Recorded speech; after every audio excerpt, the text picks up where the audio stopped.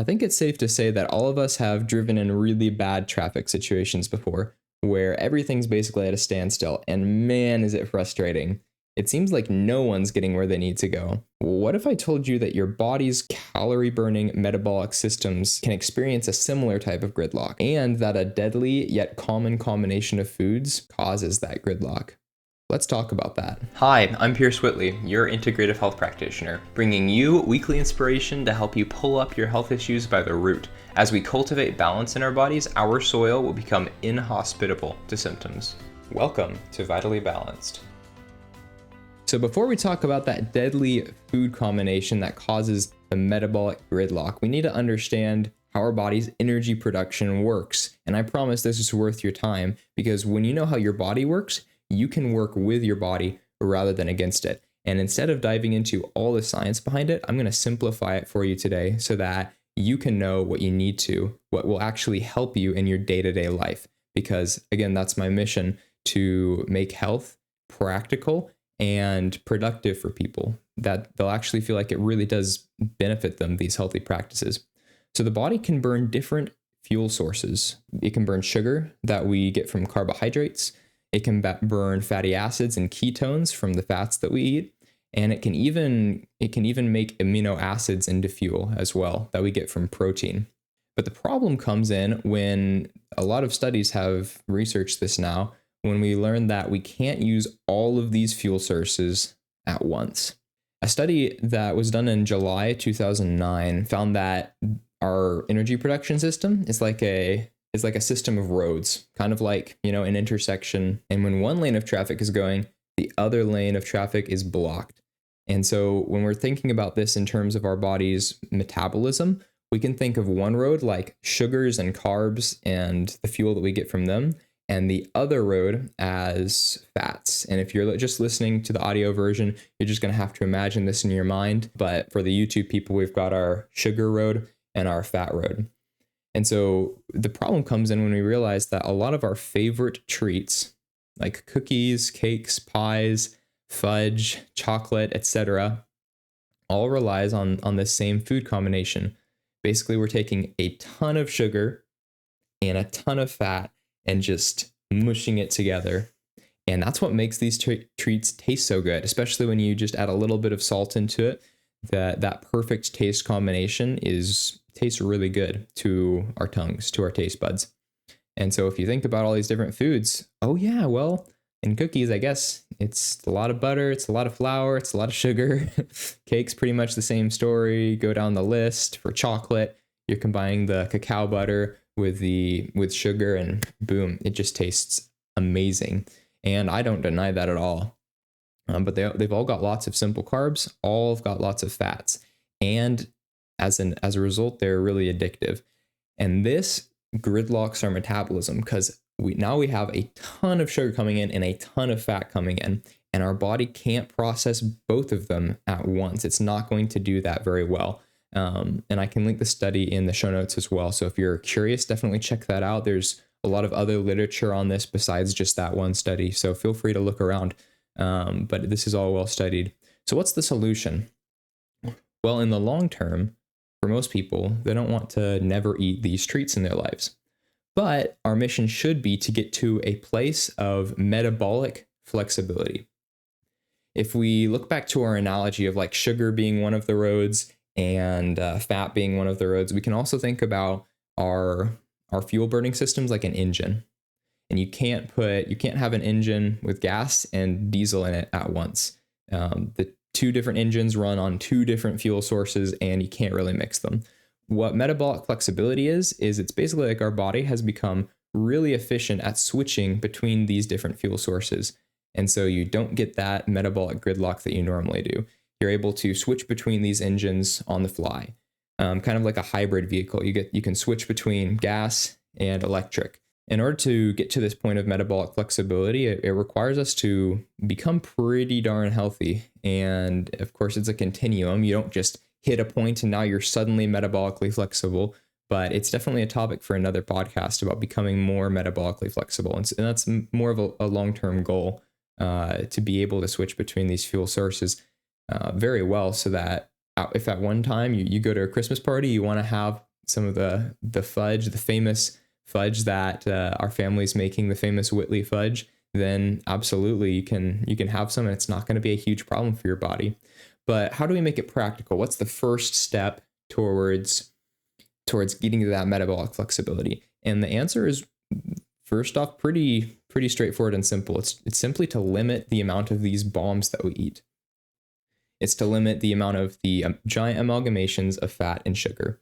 And that might not be the answer that everyone wants to hear, but I want to provide a little bit of a devil's advocate to our normal minds, to the ways our brain works. The way our brain works is that taste is immediate. When we taste something, it's good. We know that we can process it. It has a lot of energy. It would be very useful to some of our ancestors because they don't always have a lot of food.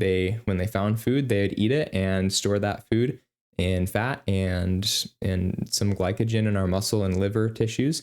And they'd have food for a while because they can't preserve food very well always. You'd have to use salt to preserve meat, and fruit goes bad quickly, and you couldn't always preserve food reliably, even just a couple hundred years ago. So it would be really beneficial to have this instinct to just gorge on all of this food if we find it.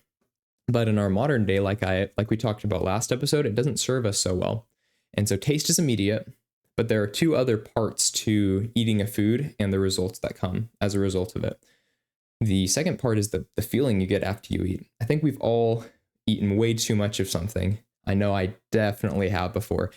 And then afterwards, you lay on the couch and you kind of lay back, and inside you're like, I am feeling terrible. But you just kind of put your thumbs up, 2 thumbs up, and you say, that was worth it. That was worth it. I'm sure there's a lot of hashtag worth it on Instagram where, people have consumed a whole pan of fudge and they're just dying because of it, but it was worth it, right? So the feeling after that we eat, the feeling that we get after we eat, it's delayed, and it's our body kind of pushing back against us saying, you didn't do such a good thing for me.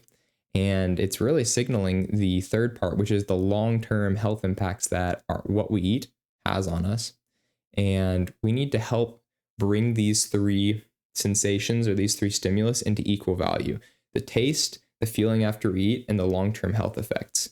And because if we only focus on the taste of food, we get trapped in a negative habit loop, and it decreases our ability or our freedom to choose. And here's why. Let's say I eat a ton of Oreos. I eat a ton of Oreos. I feel really good when I'm tasting them because they taste really good. And then suddenly I feel terrible and I'm laying on the couch and I was like, worth it. But this is going to throw us into a negative habit loop because now we feel terrible and we need something to bring us back up. And so then I peel open another package of Oreos and num. Now I'm feeling good again. So we always need another hit to help us feel good. And this type of cycle, a lot of times we think it applies to drugs and other illicit substances, but it doesn't. It applies to anything that creates a loop or a habit loop in our bodies, just in different ways.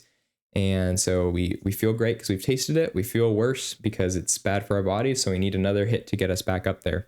And at the same time, it's desensitizing our taste buds to good food. And so we don't think the good food tastes as good, and we need more of the bad food to satisfy ourselves. And so I'm all about increasing freedom. I don't want that to happen. And even if it's not happening immediately in your life where you're going on the extreme side of needing a package of Oreos every day, it still is happening, just at a little bit slower of a rate. And you might have good days, you might have bad days, and there might be times that you feel like you're doing great and you can make it without sugar. You can make it on just, a few treats a day or something like that, a few treats a week, and then you slide back. And I think that's the most frustrating thing about, weight loss, about anything to do with our metabolisms, is that sometimes we feel really good, we feel like we're getting a win, and then we slide backwards. And it's because of this negative habit loop, this tractor beam that's always pulling us back in. So we need to truly weigh all sides of the food. But there are some ways that we can support our bodies, again, that doesn't necessarily have to do with just decreasing the amount of sugar we eat, which is the most effective thing to do. But when we have a unnatural stimulus that's put on our bodies, such as, during the holidays, we want to eat a good amount of treats at these parties we're going to, at our family parties that we bake at home. And there are some ways that we can mitigate the damage that those things will do. And one of my favorite ways is through nutritional supplements. And if you didn't listen to my whole rant about blood sugar support supplements, you should check out the last episode about having a happier and healthier holiday. And that was one of the tips that I gave at the end. One of the 3 tips I gave was utilize blood sugar support supplements. So if you want to hear more about those, pop on over to episode 3 and give it a listen. But I will put a link to my full script dispensary in the show notes, and you can see my favorite blood sugar support supplements there and purchase them for 15% off. But one last tip that I'll give you to kind of ungridlock your metabolism is exercise. Exercise does 2 really good things. First, it burns calories. But I'm not just talking about, hopping on a treadmill and running for hours to try to burn off all those calories that you just ate. I wouldn't actually recommend that. That's not a very healthy habit loop. It doesn't lead to a very virtuous cycle. It induces a lot of shame and guilt, and you're trying to run off all those calories. That's not the way it should go, because you'll have to run for a long time to burn off all the calories that you just ate. But here's what exercising will do for you, and specifically resistance training will not just burn calories right at that time you eat, but it will actually increase the calories that you're normally burning. It'll increase your resting metabolic rate for, I believe, about 48 hours afterwards. And so when you exercise, you're giving your metabolism a boost for the next couple of days. And so now you're not just burning calories while you're exercising, but you're burning calories throughout the day as well. And that's why I'm a fan of getting at least 3 to 4 resistance workouts in a week. You don't have to be going to a powerlifting championship. You don't have to be, pushing as much weight as everyone else is at the gym. There's not a competition, but resistance training is massively beneficial for blood sugar. And it also allows glucose to be transported into our cells alternatively from the insulin mechanism. So if we've been eating a ton of sugar, and our body has become insulin resistant, the insulin is no longer able to shuttle glucose into our cells as efficiently because we've been producing so much of it. Our cells have gotten desensitized to it. Exercise allows us to take that glucose into our cells by glucose transporters, irrespectively of insulin signaling. So that's another really big benefit of exercise. I hope that this discussion that we've had here about metabolic gridlock has helped you understand how your body works. Because I believe when you understand how your body works, you're able to make better choices and you're able to feel better, you're able to be happier. So I hope that I provided you with information here that is actionable, that you can actually act on, so you can know which foods are going to gridlock your metabolism, so you can know how to get out of it, how to mitigate the damage that it does. And if any of this information has helped you today, or you think that it would help someone else in your life, family or friends, make sure to share the episode with them.